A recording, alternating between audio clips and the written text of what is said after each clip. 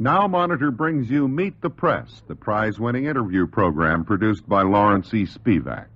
Ready for the spontaneous, unrehearsed conference are four of America's top news reporters. Their questions do not necessarily reflect their point of view, but may be their way of getting a story for you. And now, here is the moderator of Meet the Press, Ned Brooks. Welcome once again to Meet the Press. Our guest is Mr. Tom Mboya, one of the top leaders of the movement for independence in Africa and the outstanding political figure in his home state of Kenya. Africa is rapidly emerging as one of the great forces in the world, and its struggle for freedom and economic development have attracted the attention of both the East and the West. Mr. Mboya has just come to this country under the sponsorship of the American Committee on Africa. He is helping to launch Freedom Day to be celebrated all over the world next Wednesday. Mr. Mboya is 28 years old, the son of a plantation laborer who earned £1 a month. He was educated in Catholic mission schools, and he had 1 year at Oxford University. He helped to organize the first union of government employees at a time when followers of the independence movement were being subjected to wholesale arrests. In 1953, he was elected as the General Secretary of the Kenya Federation of Labor, a post which he still holds. In 1957, he became the first African to be elected to the Legislative Council of Kenya. He also served as the chairman of the first All-African People's Conference held last year in the new state of Ghana. And now seated around the press table, ready to interview Mr. Mboya, are Pauline Frederick of NBC News, Stuart Hensley of United Press International, May Craig of the Portland, Maine Press Herald, and Lawrence E. Spivak, our regular member of the Meet the Press panel. And that was a chair that fell over. Now, Mr. Mboya, if you're ready, sir, we'll start the questions with Mr. Spivak. Mr. Mboya, as I understand it, one of the reasons for your visit to the United States this time is to begin a worldwide African Freedom Fund campaign. Is that true? Yes, this is true. This is one of the purposes of my visit. Is there any assurance that you can give, Mr. Mboya, that the money that is collected for this fund will be used solely for peaceful purposes and not for arms? Yes, I can do that because the All-African People's Conference at its Accra meeting in December resolved, after very, very lengthy discussions, that our struggle shall be waged in a non-violent, peaceful, but positive action. We hope that the situation in Africa will be such that we can pursue this policy of non-violence, positive action, without the need for any of our people in their impatience or as a result of conditions created by colonial powers to revert to any other methods. We strongly and sincerely believe in nonviolent positive action. But in the very statement you have just made, you don't rule out the possibility of violence, do you? You say that is how you would like it, but you suggest that if necessary, violence will be used.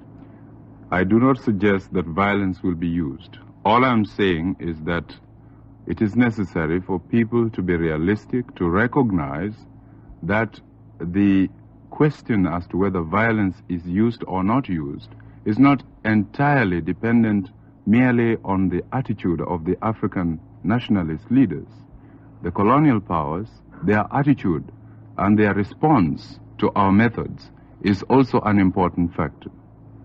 Well, if violence is started by the other side, is there any possibility that the money collected for the African Freedom Fund would be used to counter violence?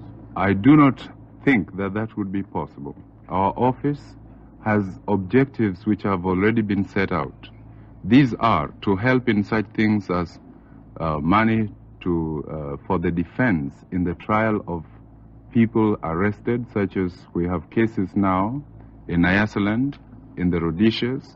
We have the treason trial in South Africa, and also to help in purely organizational efforts. Mrs. Craig. Well, Mr. Mboya, It's hard for small nations to live alone. Do you hope for your country a federation with other small African, middle African nations? What is it that you want for the future? The All African Peoples Conference discussed this whole question of federations or a United States of Africa. And we are being realistic in this matter by our decision at Accra that certain regions constitute workable units that might be treated together in terms of economic planning, in terms of various social or economic programs, and also with the hope that in trying to achieve this, certain political units could be created. We have as a long-term objective the possibility of a United States of Africa. Would you affiliate with the Arabs or the northern half of Africa? In our present attitude, we regard that countries like Egypt, Tunisia, Morocco, the Sudan, which I think you are referring to, are part of Africa. And consequently, it is quite possible that a workable unit could be created in the north, and which later on would probably associate with other units in the rest of Africa. Yes. You have said that you would offer Europeans the hand of friendship. Well, I believe at the Accra meeting in December, you said Europeans should scram out of Africa. Now, what did you mean by that? I am very glad that you raised this point, because I think it is often difficult for us to be sure that we are correctly reported. And I want to take this opportunity to say exactly what I said. I said at Accra that in contrast to the 1884 Berlin Conference, the Accra Conference was convened to unite Africa, to create the African community. And whereas the Berlin Conference started what history has referred to as the scramble for Africa, in Accra we were meeting to state in definite terms to the colonial powers, not European individuals, to the colonial powers, that they would have to scram out of Africa. I have also heard you reported as saying that you are not for Africa for Africans only, that all would be equal before the law. Is that true? This is true, except I want to qualify that statement by saying, whereas Africa for Africans is quite a logical and a satisfactory phrase to use, the qualification is that it is dependent on one's definition of African. Now, so long as the definition of African includes any person, regardless of his color, who has decided to make Africa his home, I do not see why anyone should quarrel with us. And I want to submit that when Europeans emigrate to Australia, they call themselves Australians. When they emigrate to Canada, they are quite content to be called Canadians. I see no reason why they should be ashamed to be called Africans. Mr. Hensley. Well, Mr. Mboya, you want more self-government in Kenya. And yet you and 14 other Africans who were elected to the Legislative Council have not taken your seats. What's the explanation of that? I'm sure there must be one. Yes, there is, but I think first the information is not quite correct. We were elected in March 1957. We took our seats in the legislature, but decided to boycott the Council of Ministers, which was to show our dissatisfaction with the Constitution. We worked within the legislature until January this year. Within that time, we tried every means possible within the legislature to secure certain changes in the Constitution of our country. These legislative council measures failed. We have carried our rejection or our objections or dissatisfaction further by now boycotting the legislature and hoping that this is yet another means of applying pressure on the British government to bring about the changes that we want. Well, Mr. Mboya, when you get your self-government, if and when you get your self-government, what do you want? Do you want independence within the British Commonwealth, or do you want to break clear outside, as Burma did? With due respect, I want to suggest that it is not a question of if we get our self-government. We're quite certain of getting it. But when we get our self-government, at the moment, our view is that we should remain within the British Commonwealth. We see no reason at the moment why we should try to get out of it. Well, that brings up another question. The British have troops in Kenya, and I think it's no secret. Lennox Boyd once said that Britain regarded Malta, Gibraltar, and Kenya as fortress colonies. And part of her plan apparently envisaged airlift of troops from Kenya to the Persian Gulf area in case of trouble there. Now, after you are independent but within the Commonwealth, would you be willing to permit Britain to retain some bases there for the general protection of the area and for your own protection against whatever predatoryism might be loose or not? We are strongly opposed to the establishment of any British military base in Kenya. We do not believe that these bases are necessary. In fact, in our view, as far as a world war is concerned, these bases would be useless. As far as being used for limited action in the Middle East or other areas, we see no reason why our country should be used in situations which are, in our view, the result of British lack of insight into the colonial problems. We think that these things can be solved in other ways. We don't want to be parties to British colonialism. Well, do you think that British lack of insight into colonialism raises the danger of Soviet penetration of the Middle East? Is that what you're getting at? I think so. I think that most countries have been very unrealistic in their dealings with the colonial countries, and especially in their attitude to the whole question of communism. Ms. Frederick. Mr. Mboya, you've spoken a great deal about freedom for people of Africa. What is your definition of freedom?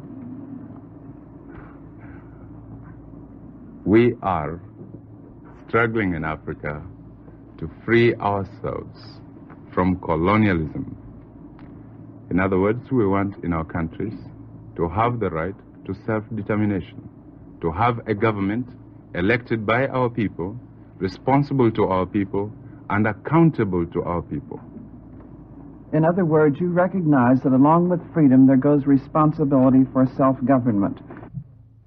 Now, how can you say that people are prepared for such responsibility when illiteracy in many parts of Africa is as high as 90%, when governmental experience personally from many people is tribal, and when the major dependence for foreign help for economic development is the major dependence for economic development comes from outside? How can you say that people with this background are ready for self-government?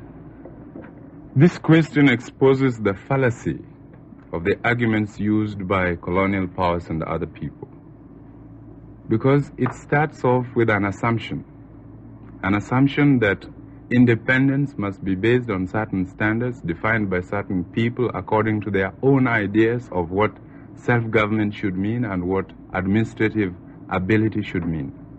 The African recognizes the need for literacy, the need for development, and the need for advancement. And in fact, the motive power behind our struggle for independence is our recognition that these things are not possible under colonialism. And experience everywhere has shown that it's only when people have attained independence that programs such as more education, more hospitals, better roads, and better houses can be implemented by a government that is concerned with the welfare of the people. Mr. Mboya, you're regarded as a young man in a hurry, and in 29 years you've accomplished a great deal. What is the rush at this particular moment for independence for these countries? Aren't you just stirring up a chauvinism an emotional situation that could be terribly dangerous because these people are really not ready for self-government. Are we really in a rush? You see... What is your target then? What are your target dates for independence? I don't believe we're in a rush. I think people forget that we are living with them in the 20th century. They think we are living in the 19th century. They think we should live in the 19th century and they in the 20th century. That's the problem. Our target for independence is that we should be free now. We believe that we have a right to be free. We've always had the right. You mean all countries in Africa, all areas in Africa should be free now? All areas in the world should be free now.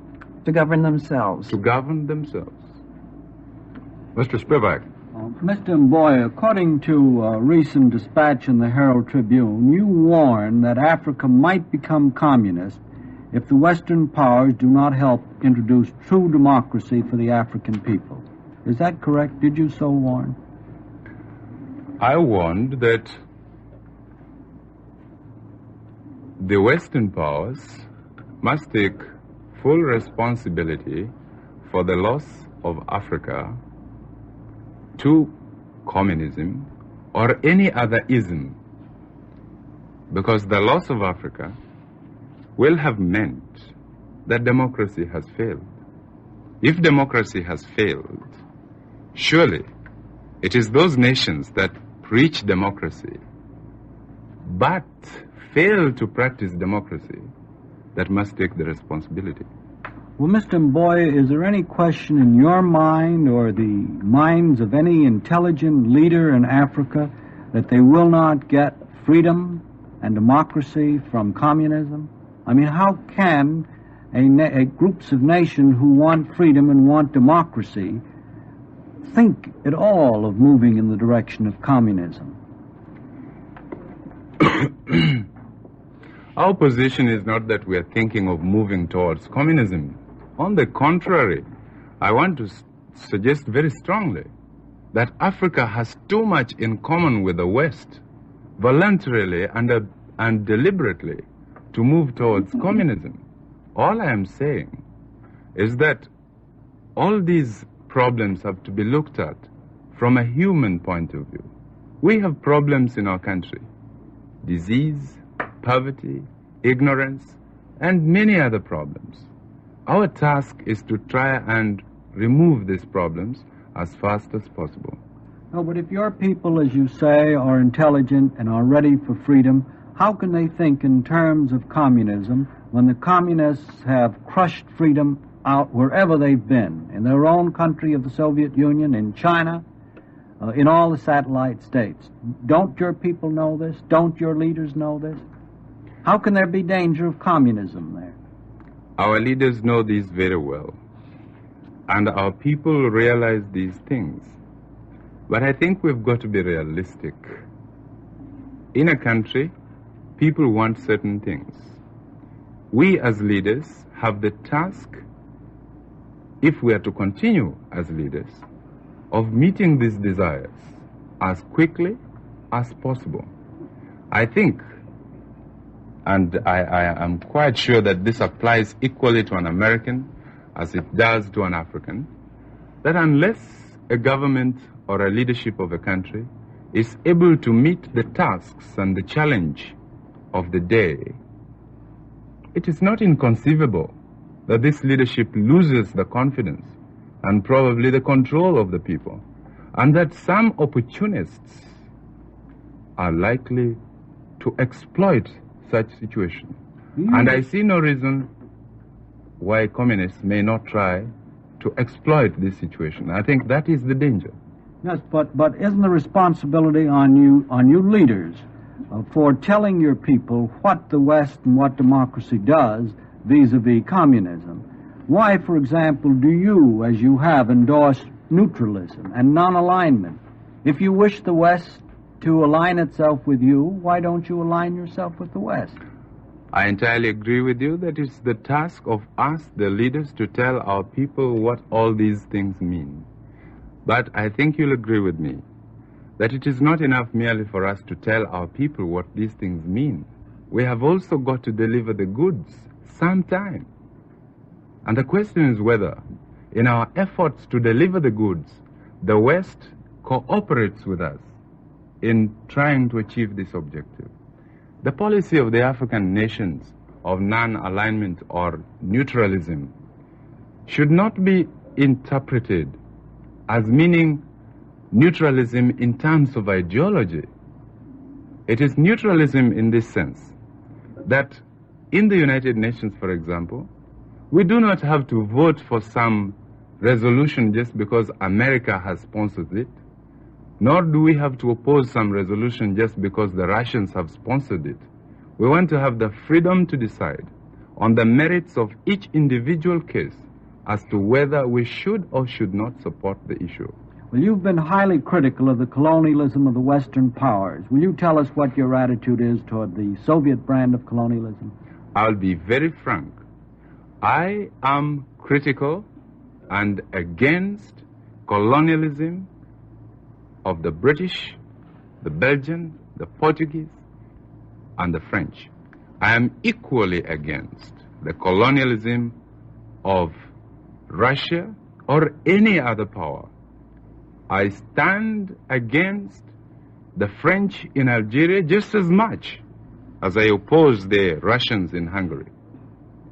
Mrs. Craig. Yeah. Mr. Mboya, there's been criticism of American racial intolerance, but is there not now intolerance of the whites, however justified, in Africa? I do not think that there is an intolerance of the whites in Africa. I think, again, that the two situations are not parallel. In Africa, the problem is the whites themselves. They are afraid. They are caught between fear and realism. They think that when we come to power, we shall start victimizing them, and that we shall be vindictive in our policies. My submission is that it is in our own self-interest not to be vindictive. How can we, who hope to receive help from America, from Britain, for our economic and social programs and projects, afford to be vindictive and victimize the white people in our own societies? Is there a chance that Mau Mau will rise again, perhaps when Mr. Kangata gets out of jail next year? I do not think so. And again, I think it is not fair for people to say that Kenyatta is going to revive Mau Mau if he is freed. Recent evidence in a trial of one of the witnesses in his case has revealed what we regard as conclusive evidence that something was wrong with the trial. Mr. Hensley. Well, Mr. Mboya, with regard to these white minorities who wrongly, as you put it, feel that you might victimize them when you get your way, are you prepared to offer them any sort of safeguards so that you can keep the flow of Western capital and technicians that you need coming into Kenya? Is there anything more for them than your one man, one vote theory? I hope I'm quoting you correctly on that. Well, certainly. In our statements, we offered the settlers what we consider is the maximum that we can offer them. We offered last year that during the transitional period from the present stage to independence, there could be an arrangement whereby there would be special representation provided for certain interests within the legislature, in addition to their enjoying equal citizenship rights with us. In other words, the privileged group in the country will still be the European settlers. What we have said we cannot compromise on is the exclusive reservation of the land in the Kenya highlands to Europeans, or segregation in schools, segregation in hospitals, or race discrimination in the civil service and in job opportunities. Ms. Frederick. Mr. Mboya, have the American desegregation difficulties had in any way affected the prestige and influence of the United States in Africa? This has been very bad publicity for the United States, of course. And as a country that preaches democracy, stands for democracy, naturally, it has raised doubts in the minds of many of our people as to the good intentions, the sincerity, and the motives of the United States. Another thing is that colonial powers are only too ready to use this sort of publicity to prove that whereas they are wrong, they are not the only people who are always wrong. You indicated the other day that you would need a great deal of help from the outside, and particularly from the United States, in your program. What do you expect from the United States in the way, shall we say, of economic help? Well, I think this is a very important question, and I see it is coming right at the end. I want just to say that we expect that the United States government should be ready and willing to give as much help to our independent states in their efforts to develop the economies of the country, either through the United Nations and its other agencies, and also through its own governmental effort. Mr. Mboya, I'm very sorry, but I'm going to have to interrupt. Thank you very much, Mr. Mboya, for being with us. We will return to Meet the Press in just a moment. Our thanks to Tom Mboya, member of Kenya's Legislative Council and General Secretary of the Kenya Federation of Labor, and the members of the panel for a stimulating and enlightening half hour. Meet the Press is produced by Lawrence E. Spivak. Now, a personal word, if I may. Do you realize that every time you invest in a United States Series H savings bond, you're actually buying a share in America? You become a stockholder in the United States government. You help provide the strength and resources on which so much depends, not only for us, but for future generations of Americans. Your money helps to strengthen America's peace power and helps to make that peace a lasting one through science and education. And what do you get from your Series H bonds? Well, while your money is working for your country, it's also working for you. For every 6 months, twice a year, for 10 years, until your bonds reach maturity, you get your interest paid to you by United States government checks. And at the end of those 10 years, you receive an average annual interest of 3.25%. So you see, as a stockholder in America, you earn while you save, and you help your country maintain its peace. Series H bonds are a wise investment towards your future and the future of America. 5 minutes and...